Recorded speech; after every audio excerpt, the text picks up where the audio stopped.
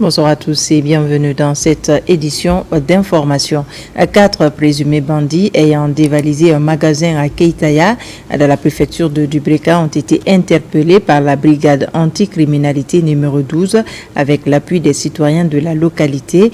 L'opération s'est déroulée dans la nuit de dimanche à lundi, peu après le pillage du magasin. Les suspects ont été présentés à la presse avant d'être mis à la disposition de la justice. Le point avec colonel Morikaba et Abdul Razak Souba. La sécurité des personnes et de leurs biens est une préoccupation pour la police nationale. Afin de lutter contre la criminalité, des patrouilles diurnes et nocturnes sont régulièrement organisées. C'est dans cette dynamique que la brigade anticriminalité numéro 12 a réussi à neutraliser un groupe de malfaiteurs soupçonnés d'avoir pillé un magasin. Ces présumés coupables qui ont longtemps sémé la terreur dans ce quartier se nomment Ousmane Kondé alias Jules, ancien militaire radié, Idrissa Diallo, Abdul Karim Bangoura alias Dali, Jean-Pierre Tolno, Mamadou Bari alias Bobodjina et 2 autres personnes activement recherchées. Interrogés, certains reconnaissent sans embâche les faits qui leur sont reprochés, tandis que d'autres nient en bloc les accusations. Ils seront présentés aujourd'hui même au parquet de première instance de Dubreka pour répondre de leurs actes. À cette occasion, le directeur général de la police nationale salue l'engagement des unités déployées sur le terrain contre l'insécurité sous toutes ses formes et rappelle de la disponibilité du numéro vert 117 24 heures sur 24, 7 jours sur 7. Interpellés par des jeunes de Keitaya mobilisés contre le banditisme, les suspects ont été remis à la police. L'un des présumés voleurs témoigne sur les circonstances de son arrestation. On est 4 personnes. Moi, conteneur canadien. Nous sommes au nombre de 6. Je m'étais caché dans une maison. Dès que je suis sorti, les enfants m'ont assommé avec du bois. Au lieu qu'on me tue, je leur ai demandé de me laisser leur montrer où se trouve le butin volé. Direct, quartier de mes favoris. Attends, fallait, fait un famille fenêtre là. Dime fantou, beau de favoris, ourishima. Elle a n'arrivé et dit bon, nous avons fait un grabana. Au dieu, côté cigare d'un attends petit agelo, na wanykolon. À l'instar des jeunes de Keitaya, les citoyens des autres localités sont encouragés à collaborer avec les services de sécurité pour lutter efficacement contre le banditisme sous toutes ses formes. Passation de service à la préfecture de Boké entre le préfet sortant et entrant. À la base, c'est le colonel Séné Silver Camara qui passe le témoin au colonel Alséné Camara, ancien préfet de Zérékoré. La cérémonie a mobilisé les cadres de la préfecture et les autorités régionales. Younoussa Tawel Camara. Après 3 ans passés à la tête de la préfecture de Boké, colonel Séné Silver Camara passe le témoin au colonel Alséné Camara. La cérémonie a mobilisé l'ensemble des travailleurs de la préfecture, du gouvernorat, les sous-préfets, les présidents des délégations spéciales, mais aussi les représentants de la coordination des 14 ethnies de Boké.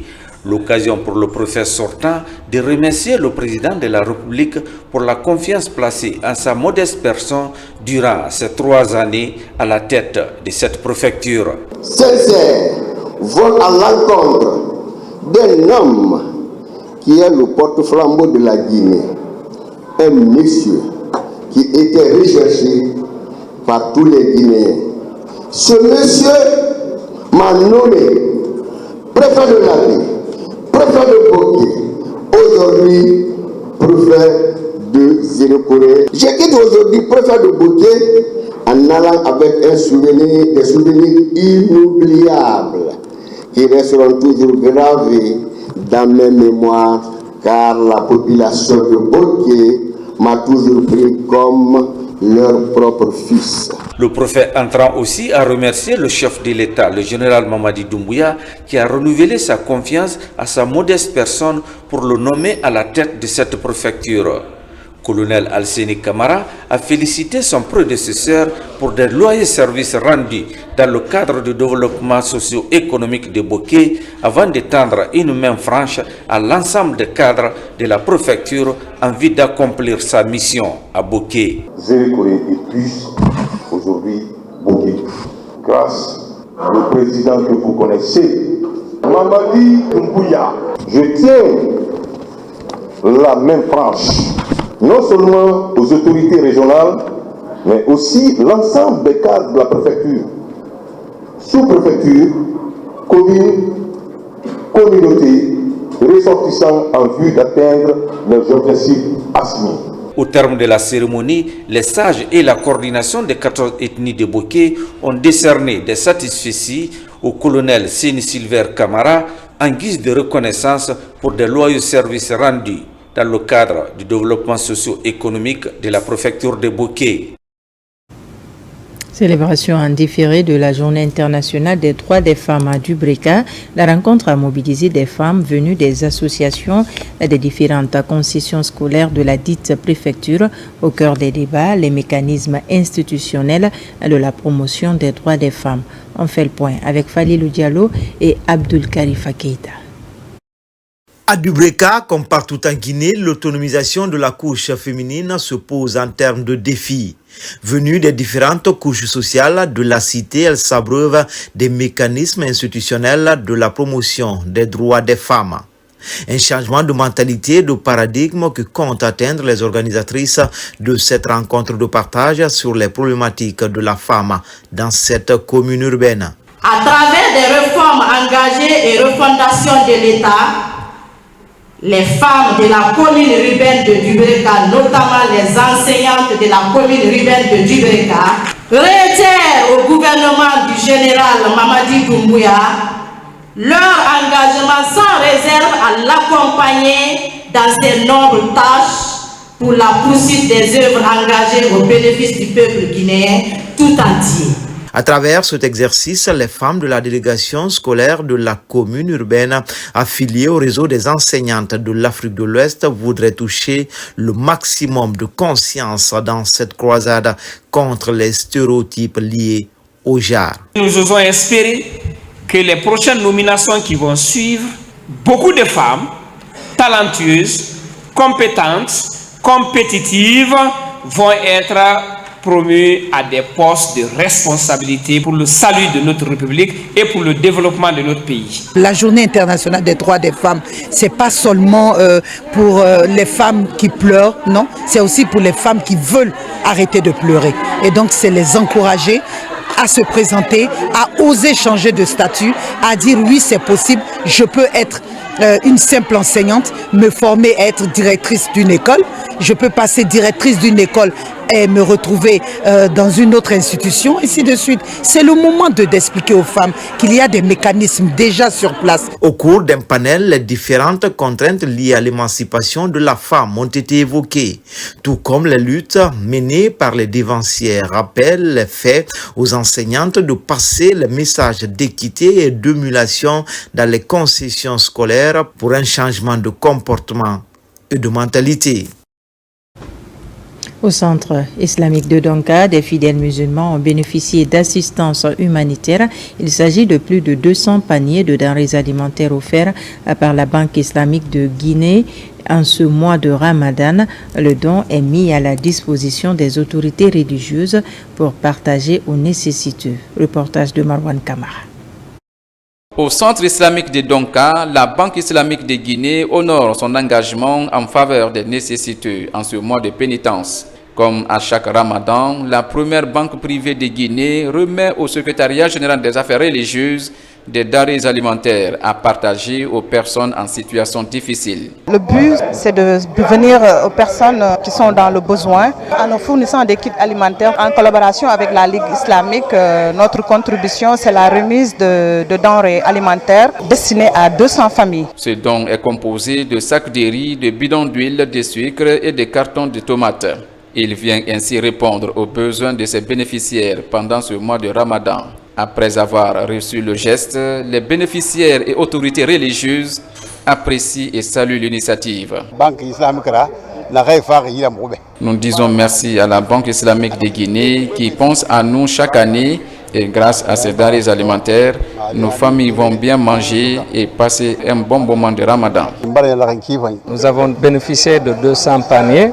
Nous remercions vraiment la Banque islamique d'avoir pensé aux nécessités qui nous entourent et de nous avoir associés à cette activité pleinement religieuse et qui est symbolique et qui nous va droit au cœur. Cette assistance humanitaire de la Banque islamique s'inscrit dans le cadre de sa responsabilité sociétale d'entreprise à améliorer les conditions des personnes démunies en Guinée.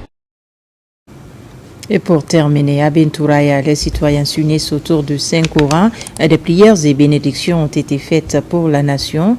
Cette rencontre religieuse est à l'actif des responsables du mouvement Espoir du peuple, Esprit CNRD, promouvoir les valeurs islamiques, sensibiliser la population sur la notion de vivre ensemble et soutenir les actions du CNRD constitue l'objectif principal de cette mobilisation. Nabila Moussa Kamara, Moussa Bangora. L'organisation de cette lecture du Saint-Coran à Bentouraya par le mouvement Espoir du peuple, Esprit CNRD, représente une initiative loyable et essentielle pour promouvoir la cohésion sociale et l'unité nationale. Dans un pays où les défis sociopolitiques peuvent créer des divisions, rassembler des citoyens autour des valeurs spirituelles communes est un moyen puissant de transcender les différences éthiques et religieuses. Il n'y a que la population guinéenne qui est réunie ici pour cette bonne initiative qui est le soubassement, qui est la fondation de notre savoir-vivre. Je sais que les autres ONG, comme la nôtre, sont dans la même dynamique.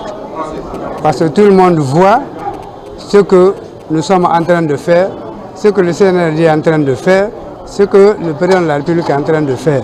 Nous l'avons organisé dans le cadre d'une prière pour notre nation. Vous n'êtes pas sans savoir que nous sommes dans une période de pénitence musulmane et chrétienne. Donc c'est un bon moment pour prier le bon Dieu pour qu'il vienne à l'aide de notre nation. Pourquoi pas nos autorités aujourd'hui qui sont en place, qui sont en train de mener le bon travail pour toute la nation.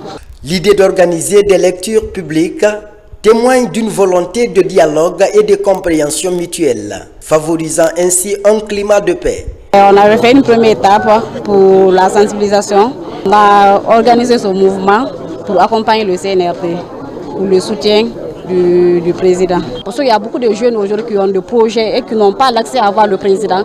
Et notre mouvement, aujourd'hui, on est là pour qu'on se donne la main, pour que la paix puisse se réunir dans notre pays. Le soutien affiché par le mouvement envers les actions du CNRD est également significatif. Cela montre une volonté d'unir les efforts pour bâtir un pays plus stable et solidaire, en intégrant des valeurs spirituelles dans les actions politiques et sociales.